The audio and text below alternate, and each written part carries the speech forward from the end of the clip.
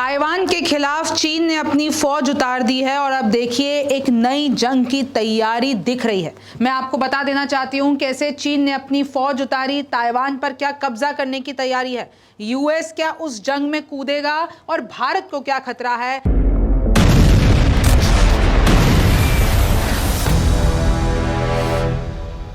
नमस्ते, मेरा नाम रिमझिम जेठानी है। सरहद के पार एपिसोड 6 में आपका स्वागत है और आज हम आपको बताने वाले हैं कि चाइना और ताइवान के बीच में क्या होने वाला है। सबसे पहले आप ये देखिए कि कैसे ताइवान ने ये खुद कंफर्म किया है कि ताइवान का ये जो पूरा जहां पर समुद्री इलाका है, आपको पता ना ताइवान आइलैंड है, तो उसके आसपास समुद्री इलाके में 11 Chinese aircraft, 7 naval vessels and 1 ship, यानी ये सब कुछ ताइवान ने बोला है हमने डिटेक्ट किया है।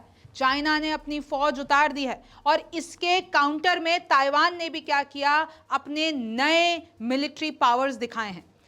Taiwan's military began deploying one of its newest and most precise strike weapons as part of intensifying drills, यानी अब ताइवान ने भी उसी समुद्र में अपनी ड्रिल चालू कर दी है, अपने नए हथियार दुनिया को दिखा रहा है और मेनली चीन को बता रहा है कि देखिए ताइवान पर कब्जा करने का सोचना भी मत। और आपको भी पता है कि कैसे अमेरिका कितनी बार ये कह चुका है कि चाइना 2027 तक ताइवान को कब्जा लेगा। अब सबसे पहले आपको यह समझने की जरूरत है कि हम दुनिया के किस पार्ट की बात कर रहे हैं। तो ये देखिए आपको चाइना दिख रहा है, इसके इधर भारत है। अब इसके इधर आ जाइए, छोटा सा जो आपको आइलैंड दिख रहा है ताइवान। अब चाइना क्या है, ताइवान को कब्जाना चाहता है। चाइना ताइवान को अपना हिस्सा मानता है, लेकिन ताइवान कहता है कि हम चीन से अलग हैं, यहाँ पर पूरा डेमोक्रेटिक रूल है और ताइवान अमेरिका का बहुत अच्छा दोस्त है। और वैसे ही आप देख लीजिए, यहाँ पर जापान है, यहाँ पर फिलीपींस है, जापान फिलीपींस और देखिए यहाँ पर साउथ कोरिया है। अब जापान और फिलीपींस जो हैं वो यूएस के बहुत एकदम आप सोच लीजिए बेस्ट फ्रेंड है, यूएस के एलाइज हैं। और यहाँ पर साउथ कोरिया और चाइना जो है वो आपस में बहुत ज़्यादा मित्रता दिखाते हैं। अब ये आपने नक्शा समझ लिया और ये पूरा पैसिफिक ओशन। अब आप ये देखिए कि कैसे भारत को भी खतरा है, क्योंकि ये जो पूरा आप सर्किल देख रहे हैं, ये पूरा सर्किल कहलाता है इंडो पैसिफिक रीजन। अब इसमें कौन कौन से देश आते हैं? Bharat, Indonesia, China, Japan, Philippines, Australia और यहाँ पर अगर आप देखेंगे तो वो यूएस है।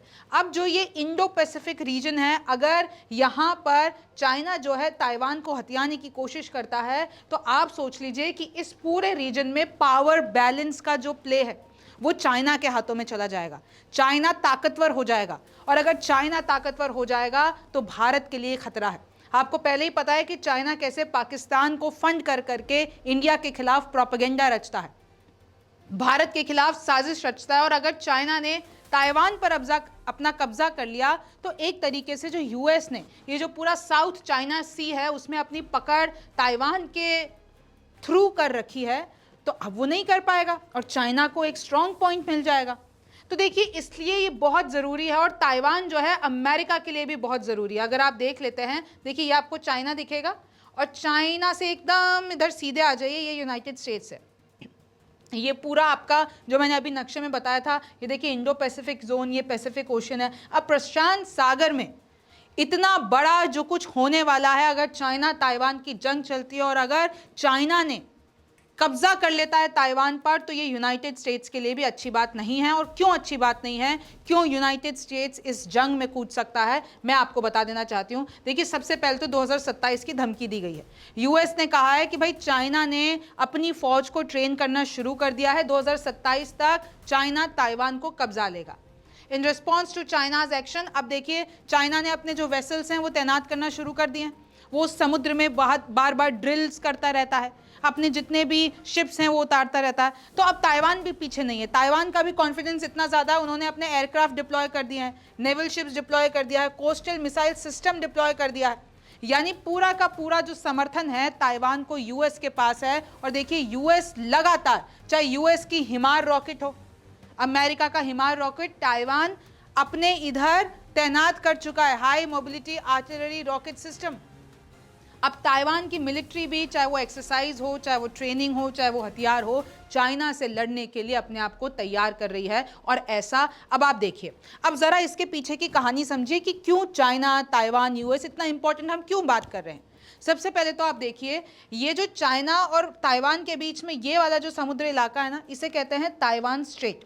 और यहाँ से आप ले लीजिए 50% जो ट्रेड है वो यहाँ से जाता है। अब आप अगर ये देखेंगे कि जो साउथ चाइना सी है इसमें यूएस को भी अपनी पावर बहुत ज़्यादा चाहिए, और यूएस के लिए ताइवान इतना इंपॉर्टेंट इसलिए है क्योंकि पूरी दुनिया में ताइवान का नाम फेमस है सेमीकंडक्टर्स के लिए, और ग्लोबल इकोनॉमी के लिए भी ये बहुत महत्वपूर्ण है। ताइवान जो सेमीकंडक्टर्स बनाता है वही जाके आपके स्मार्टफोन्स में यूज़ होते हैं, वही जाके जो एआई टेक्नोलॉजी आ गई है, मिलिट्री टेक्नोलॉजी आ रही है, उसमें इस्तेमाल हो रहे हैं। तो यूएस के लिए तो ताइवान के सेमीकंडक्टर्स, और सिर्फ यूएस नहीं पूरी दुनिया के लिए ताइवान के सेमीकंडक्टर बहुत ज़रूरी हैं। ताइवान सेमीकंडक्टर मैन्युफैक्चरिंग कंपनी, और अगर ताइवान और चीन के बीच में जंग होती है तो सबसे पहला वार यहाँ पर होगा, फिर वही ग्लोबल इकोनॉमी पे सबसे बड़ा प्रहार होगा। और देखिए जो ताइवान सेमीकंडक्टर मैन्युफैक्चरिंग कंपनी है वो दुनिया की लार्जेस्ट चिप मेकर ग्लोबली, अगर आप देखते हैं कॉन्ट्रैक्ट बेसिस पे सबसे एडवांस चिप प्रोडक्शन यहाँ पर होता है। और आज पूरी दुनिया उन्हीं चिप पर, देखिए एआई ले लीजिए, मिलिट्री ले लीजिए, तो आप अगर देखते हैं कि इकोनॉमिक स्टेबिलिटी भी है। यूएस बहुत ज़्यादा ट्रेड करता है, और चाहे फिर आपकी एआई हो, डिफेंस सेक्टर हो, उसमें ये सब कुछ इस्तेमाल हो रहा है। अब जो दूसरा पॉइंट है वो है रीजनल सिक्योरिटी और जियो स्ट्रेटेजिक लोकेशन। अब जैसे कि मैंने आपको शुरुआत में बताया था, ताइवान फर्स्ट आइलैंड चेन का हिस्सा है, यानी आप देखिए चाइनीज़ मिलिट्री अपने आप को एक्सपैंड करना चाहती है, और अगर वो ताइवान तक आ जाती है तो ताइवान से उस पूरे पैसिफिक रीजन पे, और वो जो साउथ चाइना सी है, चाइना का और ज़्यादा प्रभुत्व बन जाएगा। अमेरिका का कंट्रोल वहाँ से कम हो जाएगा। China a major advantage in projecting power further into the Pacific, यानी अगर आप पैसिफिक पूरे इलाके की बात करते हो वहाँ पर चाइना ताकतवर हो जाएगा। और उससे क्या होंगे, जो वहाँ पर शिपिंग लेन्स हैं, वहाँ से जो ट्रेड हो रहा है, वहाँ से जो ग्लोबल ट्रेड हो रहा है, वो सब कुछ एक तरीके से आप देख लीजिए हिट हो जाएगा। और देखिए ताइवान प्रॉक्सिमिटी टू की यूएस एलाइज, अब ताइवान जो है वो जापान के भी बहुत करीब है, ताइवान जो है फिलीपींस के भी बहुत करीब है, और ये दोनों यूएस के साथ ही हैं। तो अगर ताइवान पर चीन कब्जा कर लेता है तो यूएस की डोमिनेंस भी कम हो जाएगी। वो जो जापान और फिलीपींस है वो भी कहीं ना कहीं डर खाने लगेंगे कि भाई चाइना तो बड़ा ताकतवर है। फिर तीसरा आ जाता है democratic values and US commitment. US ने कमिटमेंट दे रखा है कि ताइवान को हम बचाएंगे, और क्योंकि ताइवान के लिए वो इतना खड़ा होता है यूएस, तो उसके जो दूसरे अलाइज हैं वो भी यूएस पे भरोसा करते हैं। लेकिन एक बार अगर ये भरोसा टूट गया, और आपको भी पता है कि चाइना में कोई डेमोक्रेसी नहीं है लेकिन ताइवान में है। ताइवान जो है डेमोक्रेसी पे चलता है, और ताइवान के लोग हैं वो चीन से अपने आप को एसोसिएट नहीं करते हैं। अभी आगे मैं आपको एक सर्वे भी बताऊंगी। Economic partnership and trade, US को बहुत ज़्यादा फायदा होता है ताइवान के टेक्नोलॉजिकल एक्सपर्टीज़ और इन्वेस्टमेंट का, और उससे ये लोग क्या करते हैं, हाई टेक इक्विपमेंट बनाते हैं। और ऐसा नहीं है, ताइवान भी एक और बहुत ज़्यादा जो हिस्सा है वो यूएस से मंगाता है। The two sides are actively engage in dialogues in collaboration, यानी चाहे वो मटेरियल हो, टेक्नोलॉजी हो, वो सब कुछ ताइवान को यूएस भी भेजता है। यानी ये दोनों एक दूसरे के ऊपर अच्छे खासे डिपेंडेंट हैं। तो इसलिए हम कह रहे हैं कि ये जो इसकी लोकेशन है इंडो पैसिफिक में, और ताइवान इतना ज़्यादा इंपॉर्टेंट है यूएस के लिए कि कल को अगर ये सवाल पूछा जाए ना कि क्या अमेरिका इस जंग में कूदेगा, तो ऐसा लगता है कि उसको बचाने के लिए, ताइवान को बचाने के लिए अमेरिका सामने ज़रूर आएगा। लेकिन फिर भी क्योंकि ट्रंप सत्ता में है तो सवाल उठता है कि भाई वो तो चीन से जो है ट्रंप ने तो अच्छे रिश्ते कर लिए हैं, जो वो ट्रेड की एक कहीं ना कहीं रिस्ट्रिक्शंस थी वो भी खुली कर दी हैं। तो कहीं ऐसा ना हो कि अगर ताइवान और चाइना की जंग होती है तो यूएस कहे कि नहीं नहीं हम तो पीछे रहेंगे, लेकिन ऐसा चांसेस बहुत कम है क्योंकि Taiwan is very important for US. और देखिए अगर आप चाइना और ताइवान के बारे में हल्का सा मैं आपको बैकग्राउंड दे देती हूँ। चाइना जो है ताइवान को देखता है कि भाई ताइवान हमारा हिस्सा है, लेकिन ताइवान अपने आप को चाइनीज़ मेनलैंड से एकदम अलग मानता है। और अगर हम थोड़ा हिस्ट्री में जाते हैं तो देखिए पहले अगर आप देखेंगे ना डिस्टेंस चाइना और ताइवान के बीच में सिर्फ 100 माइल्स का डिस्टेंस है, और ये जो पूरा साउथ ईस्ट चाइना है वहाँ पर इन दोनों की लड़ाई आपने पहले भी सुन रखा होगा, मैंने पहले भी आपको बताया। लेकिन अगर हम अब इसकी हिस्ट्री देखते हैं कि भाई पहले तो ये चाइनीज़ एम्पायर के अंडर आता था 17वीं सेंचुरी में, फिर जापान के पास चला गया, फिर जब जापान की वॉर हुई और जब देखिए जापान ने वर्ल्ड वॉर 2 जब वो हार गया तो फिर वापस चाइना के पास चला गया। लेकिन चाइना में उस वक्त गृह युद्ध चल रहा था, तो फिर चाइना में गृह युद्ध चल रहा था तो 2 सत्ता के टुकड़े हो गए। अब एक रूलर जाके जो है वो ताइवान में बैठ गया और फिर उसने रूल किया। अगर मैं आपको एक ग्राफ बता देती हूँ, आप शुरू कर लीजिए 1992 से और आ जाइए 2022 तक। पहले क्या होता था, जो लोग हैं वो अपने आप को चाइनीज़ कंसिडर करते थे, लेकिन उनका भी जो पोर्शन था वो कम था। और अब तो ताइवान के लोग अपने आप को चाइनीज़ नहीं बोलते हैं, और ना ही बोलते हैं कि हम चाइनीज़ और ताइवानीज़ दोनों, सब कहते हैं। और देखिए जो ये देखिए कि ताइवानीज़ का जो ग्राफ है वो कितना ऊपर गया है। अगर हम 2022 की बात करते हैं तो ताइवान में जितने भी लोग रहते हैं वो सब कहते हैं भाई हम ताइवान के रहने वाले हैं, हमारा चाइना से कोई लेना देना नहीं है, चाइना हमारा दुश्मन है। इस तरीके से वहाँ पर चीज़ें हैं। ये देखिए, अगर चाइनीज़ और ताइवानीज़ की फोर्सेस को हम कंपेयर करते हैं तो ऑब्वियसली देखिए चाइना एक बहुत बड़ा मुल्क है, it's kind of a super power. और अगर हम उसको छोटे से आइलैंड ताइवान से कंपेयर करें तो आप भी जान रहे हैं कि चाइना के खिलाफ अगर ताइवान खुद अकेला उतरता है तो उसकी कोई पहुंच नहीं है, लेकिन ताइवान के साथ कौन है? यूएस है। अब मैं ज़रा आपको बता देती हूँ। देखिए टोटल एक्टिव फोर्सेस कितनी है चाइना की?